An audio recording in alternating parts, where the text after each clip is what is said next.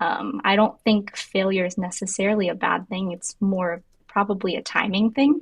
I realize that there's a lot, especially in New York City, that I'm not quite ready for, but I think I'll get there. And so I don't think that me not booking things, especially in the last couple years, is necessarily failure and more just not yet moments.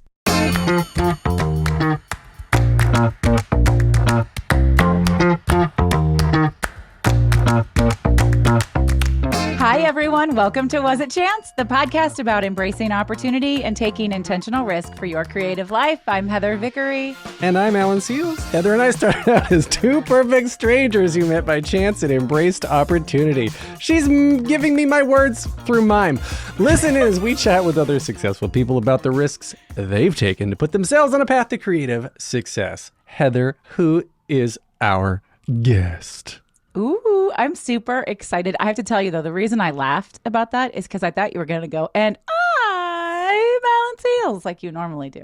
What are you talking about? I never do that. I never do that. I'll bet our guest has listened to the episodes before, and she knows that you do.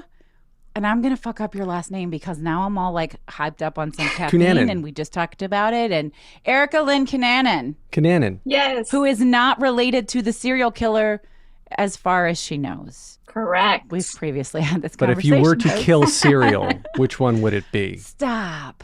Ooh, Fruit Loops. Really? You would kill Fruit Loops? Why Fruit Loops? Yeah, not a fan. Huh. I think like grape nuts or something I love really grape old. nuts. I do too, actually. That's like a weird thing, isn't it? I know. I grape nuts with honey. I used to, as a kid, I would eat that all the time. See, artificial sweetener. I used to eat that as a kid. Why are we talking about cereal? I don't really know. Cunanan. Let's I talk don't even like Cunanan. cereal. Erica's like, I will kill all the cereal. All of them. No offense to the cereal lovers out there. It's all good. We can all do our own thing, right? We just offended every single breakfast eater. Shoot. Okay, you guys, Erica is an American actress and a dancer born in Bakersfield, California. But check it out. She began her dance training. I love the word training at the tender age of 3. My 3-year-old took one dance class and then sat in the back of the room for the next 6 weeks. Different experience for Erica. But by 6 years old, she had caught the performing bug and was in her first theatrical performance. Of course, it was Annie. I feel like that's everybody's entrance. I don't mean Not to mine. downgrade it. Not mine. You were Molly, and that's a pretty big deal at the age of 6.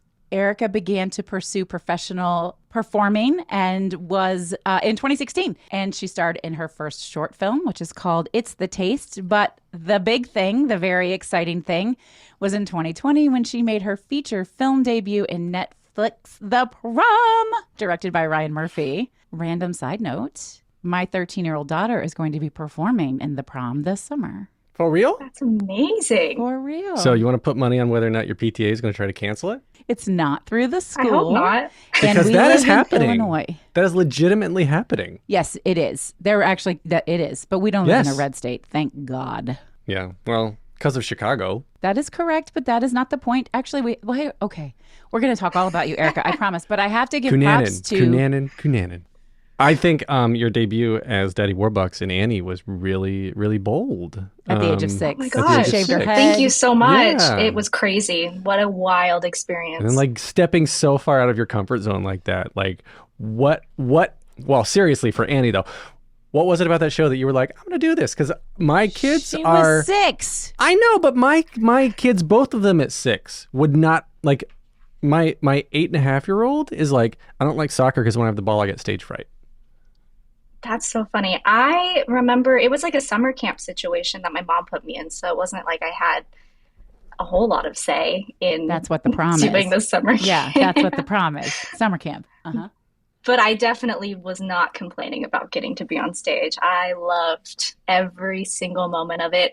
I was pretty bummed that I wasn't Annie, but I milked the Molly role as much as I Molly's could. got a good role, though. Right? She's sassy. Yeah, Made it fun. I like the sassy ones. That is cool. Yeah, me So too. then 6, you're like, all right, Mom, I'm going to grow up and I'm going to do this. Like, where at that point, like when you're 6, I don't even remember that far back. When you're 6, how are you putting one creative foot in front of the other to start then? Like, are you seeking out shows? Are you seeking out cast albums? Because I guess, yeah, what path are you trying to find without knowing the paths out there for being so young at the time? Yeah. After I did Annie, I kind of forgot about theater, to be honest with you, and I focused on dance for a lot of years. And one of the cool things that I like to tell is that I found my way back to theater through like backstage work, Oh, which I is love really that. cool. Yeah. But yeah, at 6, I had no concept of being able to pursue that as a career. It wasn't until maybe 8 or 9 when I was watching Hairspray that I was like, oh, that's what I want to do. That looks really cool. Okay, so you said you got back into the theater through the backstage. Tell us what you Yes. meant by that. So I started while my sister was performing at a children's theater back home where I grew up. And somewhere along the line, my mom said, hey, let's go paint sets for this production that they're doing. And then they asked me to do backstage work for the actual productions. And then I was in the light booth and the sound booth. And I think I even stage managed a show. And at that point, it was a children's theater. So kids get sick all the time. And they would hand me a script in the middle of the show and be like, hey, can you do this while you're here? Or here's a microphone. Can you just stand behind the set? This girl lost her voice. And I ended up doing both. Were you And totally then, singing in the rain as a yes, kid? 100%. And it was for a Christmas Carol. Whoa, that's Yes, cool. I know. I know. I was behind the set with a microphone singing for somebody who lost their voice. But that's how I found my way back to theater and Okay, performing. so you like I first of all, I just love all of that. There, I'm hearing that there was just no fear. Like either you loved it enough that you said, I don't care about being terrified, or you didn't have the fear. I mean, it's pretty gutsy to be like, yeah, sure, I can sit in for that person at whatever, 7, 8 years old. Tell us. There is fear. There's still fear. It never really goes away, but the pros outweigh the cons. Eventually, you get up there and you're like, oh, yeah, this is home. Like, it's great. And even as a kid, there was definitely stage fright there, but as soon as it started, it was like, oh, I never want to leave. And wait, you're an only child, or do you have No, siblings? she just mentioned her I sister. Oh, right, right, I right. have two. Two sisters. I have two younger sisters. Two younger sisters. Okay, so you're leading. Yes. So you're leading them. Did they follow in sort of the same thing because of you, or are they totally different? I think it's either one or the other. I don't think there's kind of a middle ground with siblings. So the funny thing is, the sister that I was doing backstage work for has absolutely no desire to be in any sort of theatrical career at all.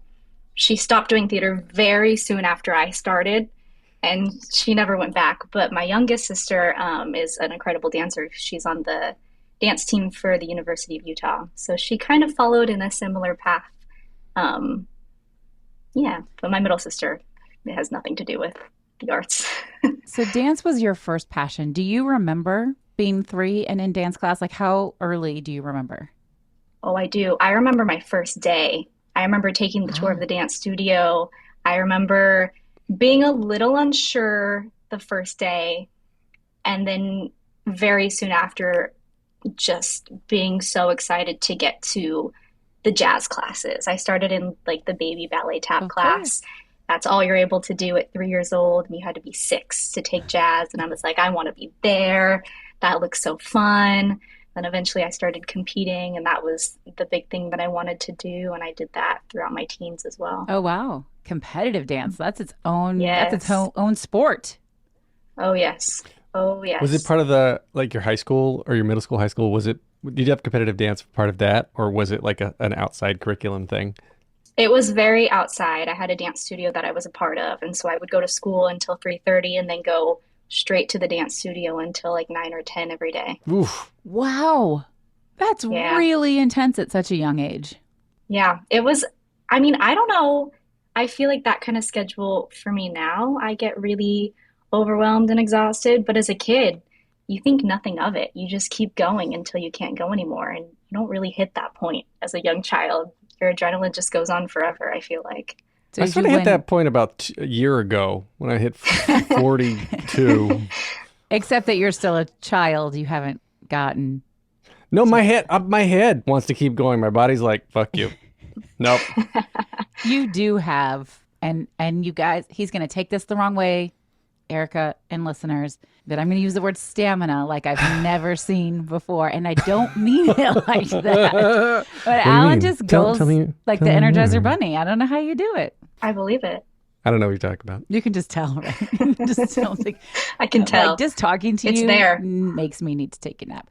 Did you win any like awards or anything with your competitive dance? I'm sure we did. The funny thing is, and I don't know if you watch Dance Moms, My daughter but I was a big does. Dance Moms My fan. 17-year-old does. The biggest part of Dance Moms is their focus on winning. And the funny thing is, growing up with so many years of a competitive dance background, I couldn't tell you a single award I won. Wow. I remember all of the experiences. I can remember all the dances and the competitions and the memories. Could not tell you a single award. I kind of love that That's because that cool. wasn't your Yeah. focus. You just loved it. Nope. Yeah, So- I really just love the people. So it's like, do your parents have a room of all your trophies and medals, and you're just like, I don't go in there, I don't need it, or it was just for fun and it never mattered? Some of the bigger ones, and I couldn't tell you what they were exactly, but I remember I kept some of them in my closet. I had like a shelf that I Nice. kept them on, Mm-hmm. but I threw them all away. Well, you actually, you didn't. Your parents I pulled really them did. out of the trash and they're in the attic somewhere. I put them in the trash, so if they're not in there, then that is my parents doing for sure. Oh man, that's like Why Andy would you from put them Toy in the Story. trash? I still have my very my very, very large trophy from winning third runner-up in Miss Indiana preteen when I was 12. I love that. How did I not know That's that amazing. about you? You have got to send me pictures. I'd have to ask my mom. I don't have pictures that I know of, but that's a real thing that happened. I won the love that. talent competition. What was your talent? I sang That's What Friends Are For. How old were you? So, right. I knew you were going to ask me that. I was born in 74, so it would have been 86. Long before you were born, Erica. Long before you were born. That's okay. Amazing. Yeah. But it's So- not about And you me. still have it. I do in my basement. My kids love it. I love that. Yeah. That's amazing. I dug up some old some DVDs that were converted from VHS There we go. and uploaded them to Yes. YouTube so we could watch them on the TV. Because seeing me on TV, my kids, it blew their minds. And he's like, my older one was like, how did you get on the YouTube? That is so cool. How can I do it? I'm like, so now we're like, now he wants to be a YouTube creator. Yeah, Because you've got that's the the right thing. dad. I can get you on YouTube, buddy. I'll set up a green Yeah. screen and I'll So- Erica, I get the impression that you did not have one of those dance moms, one of those show moms that put a lot of pressure on you. Do I have that right? Yes, I have the most supportive parents in the world, but no, they have never put an ounce of Awesome. pressure on me, and I'm so thankful for that. I love that. What do they do?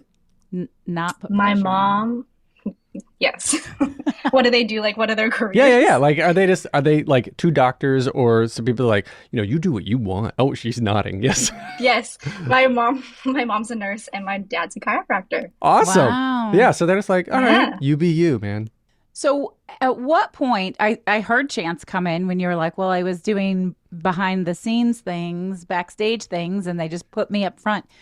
What other intentional chance did you embrace? You're like, fuck yeah, I'll do that. I'll try that. You probably didn't use the word fuck when you were a small child, although maybe because mine do. Well, look at their mom.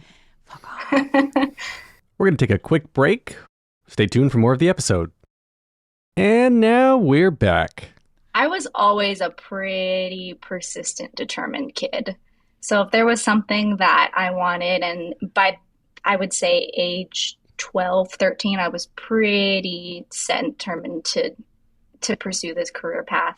I was going to do everything in my power. So there were a lot of instances throughout my childhood. I'd have my parents drive me to auditions, or there was like a high school thing, and I was like, Mom, I have to skip school and go to this, please. I never skip school, but let me skip school this day. And I was persistent about that. So there were a lot of different instances where I was pushy on wanting to pursue So and get what you I had a wanted. dream and you decided to pursue it at all costs. And do continue to. Okay, Yeah. so are you still in California? I am currently in New York City. The honking horns told Um, me that. I yes, they're pretty noisy. can't hear over my own honking horns. I don't know.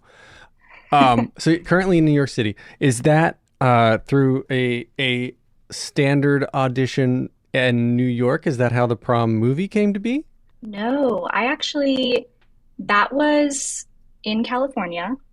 We filmed in Right. California. That was, and this is kind of crazy to say this, but that was my first audition Shut up. Like ever? for a movie. Yes, Wow. I lucked out. Yeah. I got very, very lucky. Wow. It was right out of high school, or maybe not right out of high school, a couple years after high school. I just signed with an agency. What led you to that audition? Like, what was it? Did it just come up? Did you have an agent that said go audition? Like, how'd you end up in that room? I It was an agency audition. It was a video audition first, and then a call on the Paramount lot, which was the coolest experience ever. But the story to getting my agent and the round circle moment is kind of crazy. And I've never actually told this out loud before. We've got the scoop. So, my first trip to New York City, I was watching an episode of Glee because I was obsessed with Glee in junior high. As you should. Absolutely. And my flight attendant happened to have a nephew in the episode that I was watching, and she pointed him out.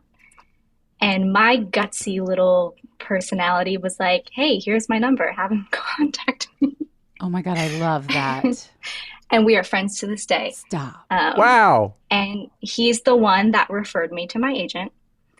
And we both auditioned for the prom the same day. We both left that audition. We were like, oh, I don't know about that. We kind of screwed some things up. Fun experience. Glad we're here together. We both booked it. And it happened to be at the same high school that Glee was filmed on with Ryan Murphy. So, like, the most major round circle moment, which was pretty cool. That's so cool. So cool. Yeah. Who's your friend? Can you tell? Can you name drop? Yeah, his name is Doug.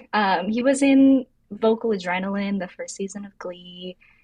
He was also in a couple of the High School Musical movies. I was like Shout out to Doug. so lucky to meet him. Yes. Yeah, Doug. So lucky Introduce to us. meet him Let's when I get Doug did. on the show. Absolutely. He's the coolest.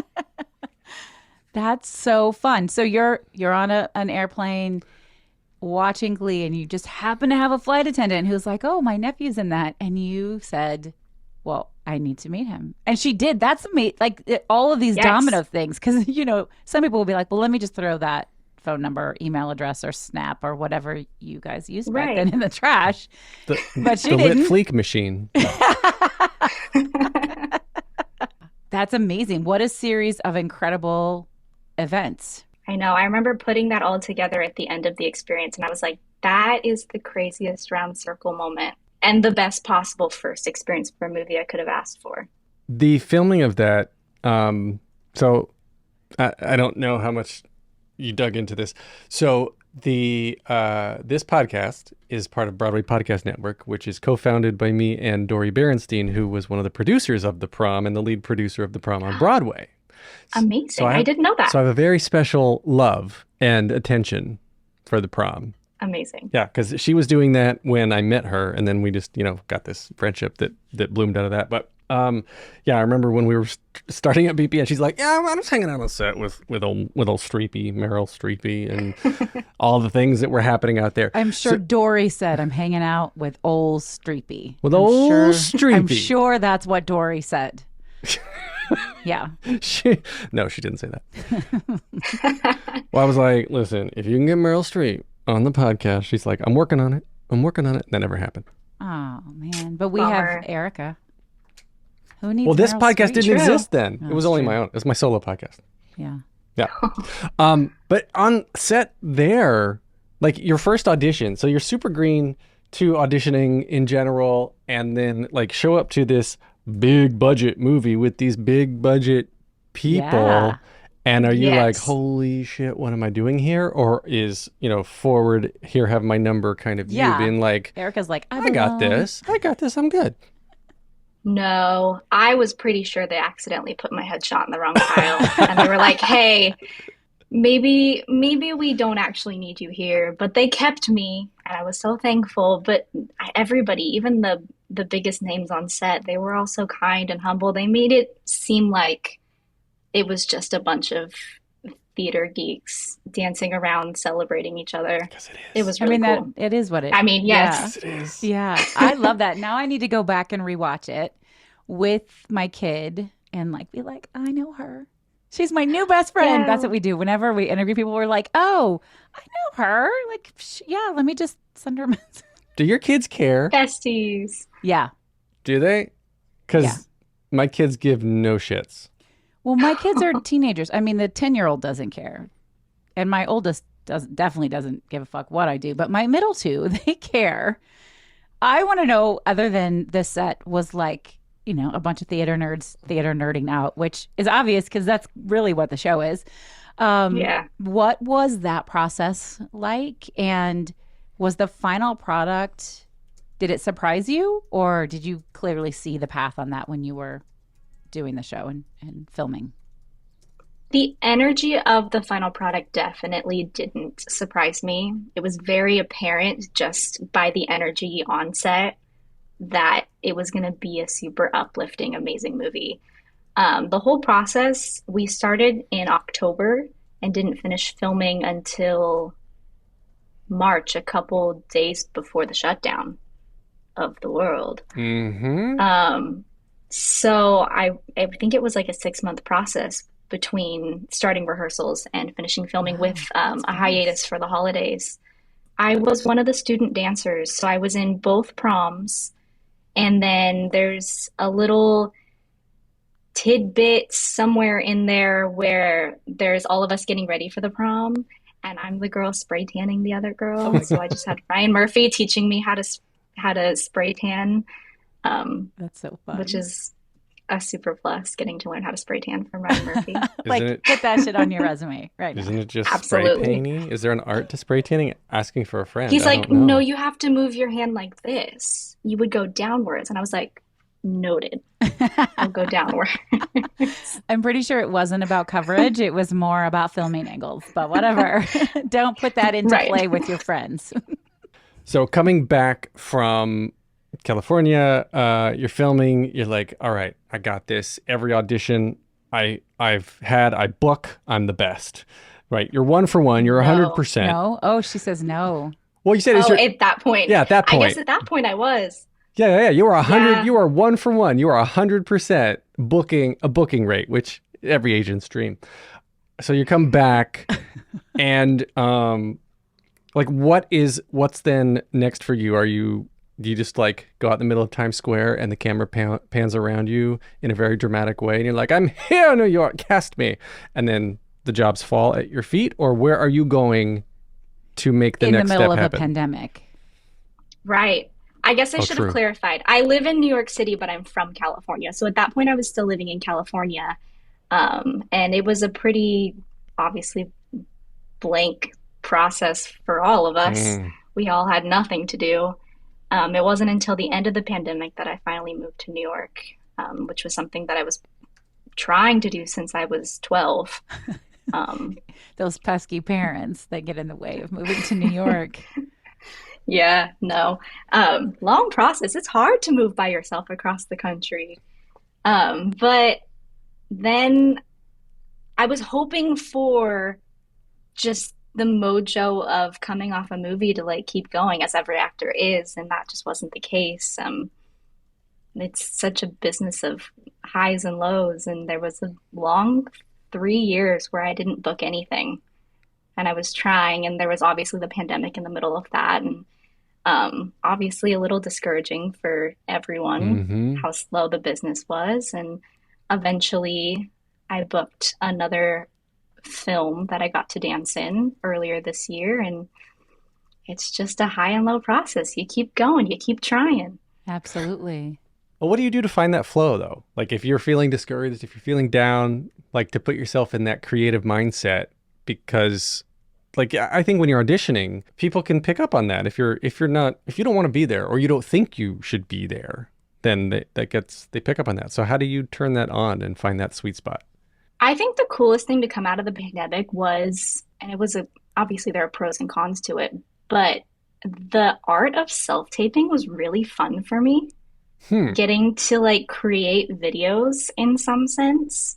So auditions were kind of that like creative outlet. Even if I wasn't booking them, they were really fun for me to get to film videos of myself, and they still are because self-tapes still exist. Um, but I think just getting in class and trying to learn and just staying eager. I have found a love in a couple teachers that I have found here in New York City, and they've definitely kept those creative juices flowing, and they've kept my positivity up in those moments where I wasn't working or being as creative as I'd like to be. So Are you, you oh, Go ahead. Go I ahead. was Go going to ahead. say, you do realize that most people hate self-tapes, right? Yes, I'm which like, is we've so never funny. heard that before. I know. I think it's kind of fun. I mean, it's easier to be in a room and work off of other people's energies, but it's been a fun challenge for me to get to do self-tapes. One, because it's necessary, and two, it's different. It's kind of, I started the process or my process right before the shutdown. So for me, some of that's all that I know. Oh, that's really sadly interesting. Yeah. And even the prom, my initial audition for the prom was a self-tape even before COVID. Really? Yeah, it was a vocal tape that we had to send in, which we all laugh about now because none of us dancers actually sang in the film. But we all had to sing in order to get to the dance call. Wait, really? Yeah. I don't know who sang in the film. I'm still trying to figure that out. I was talking to one of the dancers the other day about that. We don't know. Oh, just like a I would love to know because they did a great job. I just have a no random chorus. clue. Wait, so they never put you in a booth or anything to like get your wow. None of us sang anything Interesting. I really need to go recording back and wise. Yeah. rewatch I mean, this. we sang on set, of Right, course, right. but it was not recorded. That's so strange. Well, I guess it's not strange. It's, it's just the Crazy. magic of the business. So then okay, so then during the pandemic though, when you're out in California, are you taking classes out there? Like how are you still fighting that creative juice without an industry to really lean into? I honestly wasn't as good about taking class in California as I am in New York. I found my creativeness in other ways. I learned how to cook during the pandemic, Lucky. and that was something that I really enjoyed. I learned how to bake. And before the pandemic, I could not even make boxed macaroni and cheese.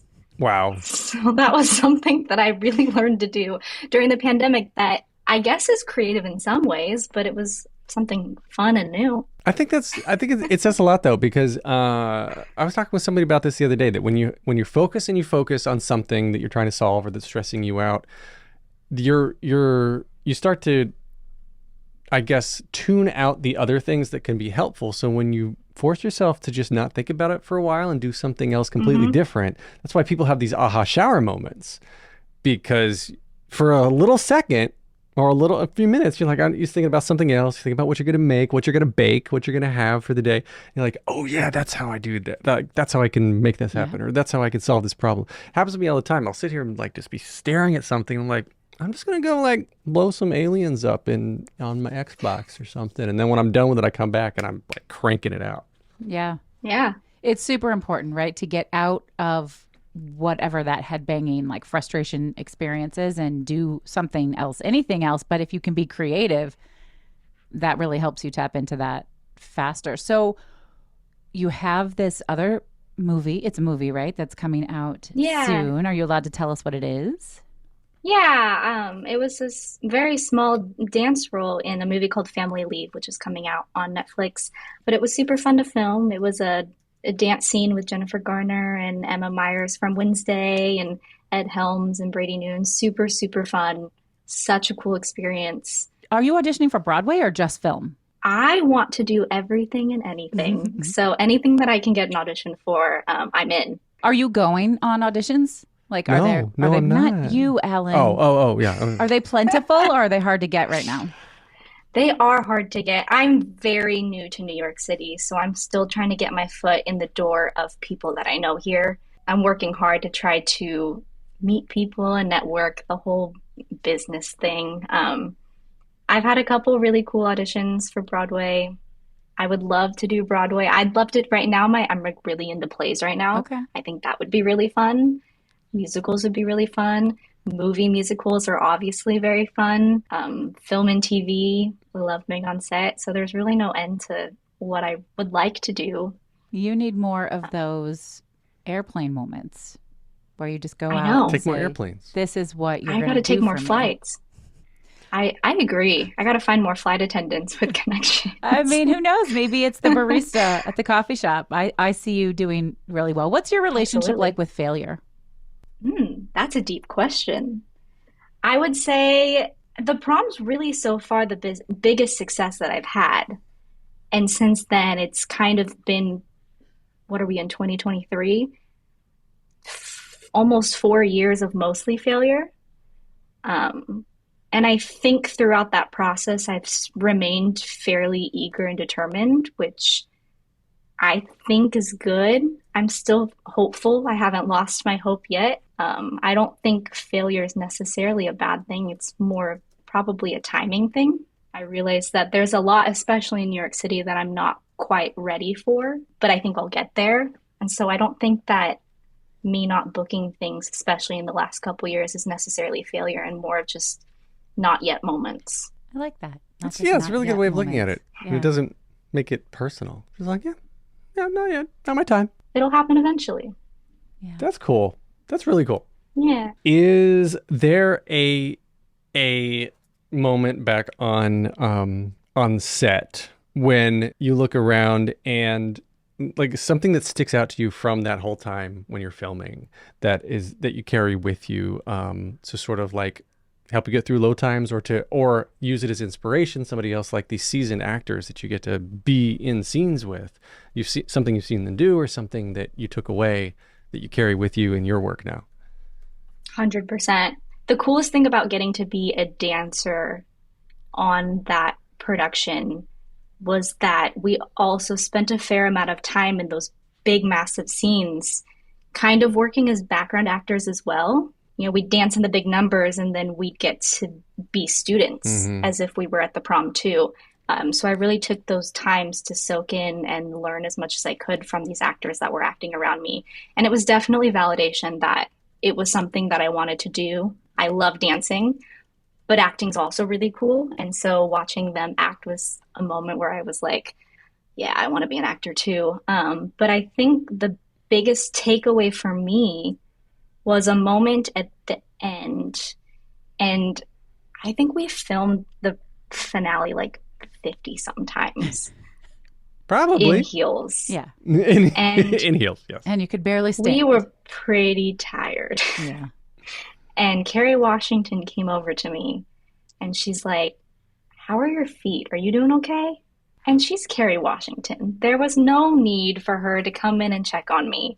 She had her own things to do and worry about. And the fact that she did that, and then a couple moments later, we wrapped Meryl, and Meryl took the time to thank us for our time instead of soaking in her wrap. There was a moment, or many moments, with these big A-list actors where they were just kind and humble.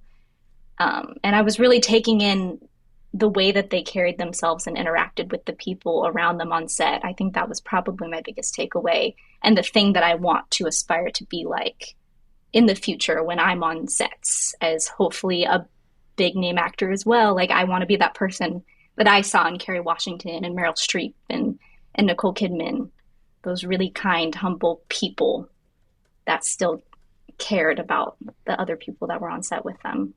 All right, one more quick break. Hang on a second. All right, here's the rest of the episode. Somebody posted the other day that I saw, they said, you're only as good as your scene partner. And I think you're right. These people, I think they've gotten to where they are in their careers a lot of times because like the show, the movie, the film, whatever they're in is a collection of actors. It's a collection of people who are there putting together and all hopefully walking in the same direction. And yeah, so I totally get that. I totally get that they would take the time to recognize the fact that they wouldn't be where they are. They wouldn't have great scenes without everybody else in that scene with them. Yeah. Yeah. But I love that that's your takeaway, that these really big stars were kind and thoughtful, and that's what you want to, and I don't mean this insulting, but grow up to be, right? Like grow up in the industry to be known Absolutely. as, and to be able to give back to folks who are newer in the industry. And that's kind of, I think, my last question for you is, if anybody is listening and they haven't booked the prom yet, they haven't had that big audition, they haven't had that moment, what advice would you give them? I would say be the person that people want to work with. Your talent is going to be there. You're the human that you are. So be the person that you want to be on set with or be on stage with. People want to work with good people. I like working with good people, and I know that the people that I've worked with got to where they are because they're also good people. So let's all be good people, and then we'll all make it together. That's perfect. All right. How can we connect with you? Where can we find you? Obviously, look for you on Netflix in every single movie you're doing, apparently. Yeah. How can we find you online? At This Is Erica Lynn. That's all of my social media. Are you on TikTok? Do you do that? I am on TikTok. I'm not very good at TikTok, but I'm learning. I'm definitely learning. I need to be better. We'll make more TikToks. That's what everybody says. Fun. I like TikTok. I play around there It's a lot. fun. Yeah. Yeah, it's good. I scroll for hours. Oh, I know. Not me. It's a dangerous, I have to really put parameters around it. And then sometimes I give myself permission. You know what? It has been a long day. I love to read, but my eyeballs can't focus. Like, nope, I'm just going to spend an hour on TikTok and it's going to be okay. Erica, this was so fun. It's really fun to meet you. I think it's very cool that we're getting to know you here at the very beginning of your career, because I know you're going to do amazing things and you're not going to forget about us, right? Never. Right. You're going to come back. This was so fun. We're going to get to meet Doug. Yes. Absolutely. I'm going to text him right now. All right. Cool. Well, thank you so much. We really appreciate getting to know you, and I can't wait to go back and watch the prom with my daughter and see you shine. Thank you so much for having me. Thank you. Erica Lynn Cunanan. Fuck. Yeah, easy for you to say now. Cunanan. Erica Lynn Cunanan. No relation to the serial killer. Tony the Tiger's coming after her. No, it's not Tony the Tiger. She said Fruit Loops. It's the toucan. Oh, right. Wait, does that toucan have a name? No. Tony the Toucan? Does it? And Teddy, Toucan Teddy? So we're back to cereal, you guys. Some days are just like that, but at least we can hopefully keep you entertained. I think Erica is so lovely. What a lovely young lady. I know. And I love that we have caught her on just the beginning of this massive career that she knows she's going to have. And I love that. She knows she's going to have it.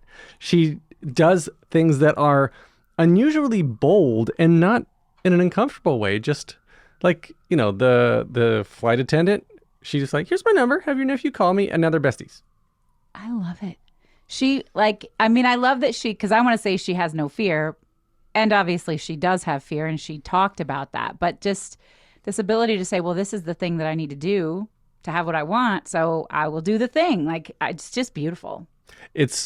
I think, I hope she doesn't lose that blissful ignorance. And I say this in a good way, because there's a lot of people who, after they're done with a project, will say, if I had known how hard it was going to be, I would have never tried it. And I don't get that from Erica. No, I don't either. And so I hope that she holds on to that part of herself where she's like, I'm just going to do it. And I'm not going to think about all the complications later, because maybe she knows about them, maybe she doesn't, but she just wants to do it, and she just goes and does it. And I think that's really admirable. I think it's really cool. And I loved, both of us did, we kind of had these little tingly moments where she said, performance is home. Yeah. It's really fun to get to know her. And I love that we had an opportunity to bring a totally new, fresh performer, creative on here. You guys follow her, show her lots of love, because it is a tough industry. And to have the gumption and the stick-to-itiveness that she has at her age is really, really impressive. I had a great time. I loved getting to talk to her. Me too. So, folks, what are you out there doing? How are you taking intentional risk for creative success? We really want to know. Alan, how can they find us? Oh, on the Instagrigs, Grigstagrams, Grignam. Can we not? Instagram. Can we not? Okay, find us on Instagram at Was It Chance. It's not better. There's a middle ground, Alan. No, it's either on or off. I have. That's what she said. I don't have. Yeah, it doesn't work if it's only half-assed. Gotta be whole-assed, baby. For real. For real. How can folks find us? On the Instagram. Was a Chance podcast. They can find us on YouTube also. Oh, on YouTube, yeah. Subscribe to us on YouTube. That's new-ish. We've got these episodes going out on YouTubes, and we haven't yet forayed into TikToks, but Heather's there, and I'm there individually for not really. I won't even say I'm there because I don't post anything. Do you guys want us to start pulling video and put face reels up on TikTok and Instagram? Because I think we should give that a try. Face reels? Is that it? Yeah, is that a thing? Face reels? Well, instead of just audio clips, we already do audio clips. Is that on Fleek? But now, like, where they can see our faces. Yeah, let's make videos. Let's make Fleek videos. No. That's lit. That's lit, bro. Okay, we're trying to show our age now, and it's not really very funny. No, what are you talking about? I am a 14-year-old. It's true. Anybody who listens knows that about you already. It's true.